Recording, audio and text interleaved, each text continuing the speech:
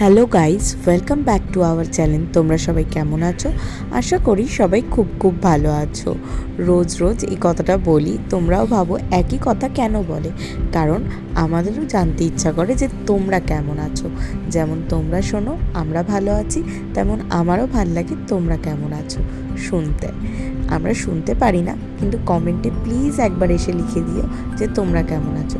তো আজকে আমরা এসেছি গোল্ডেন ফোর্টে। এই ফোর্টটিকে এখানকার লোকেরা সোনার কেল্লাও বলে থাকে।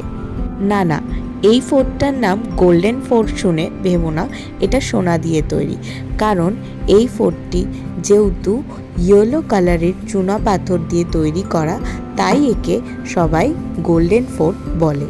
আর রোদের কিরণ পড়তে না পড়তে এটা সোনার মতন চমকে ওঠে। এই কেলেটি নির্মাণ করেছিল রাহুল জয়সি ভাটি। 1156 সালে এই কেল্লাটি তৈরি করা হয়েছিল।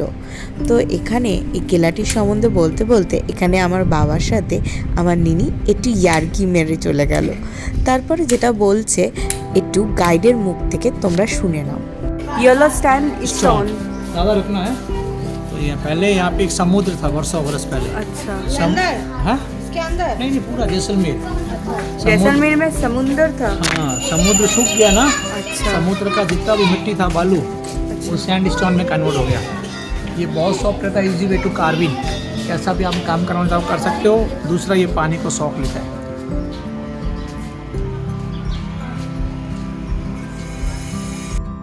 ফোর্টটির এই ওপরটির থেকে পুরো জয়সলমীর খুব সুন্দরভাবে দেখা যায়।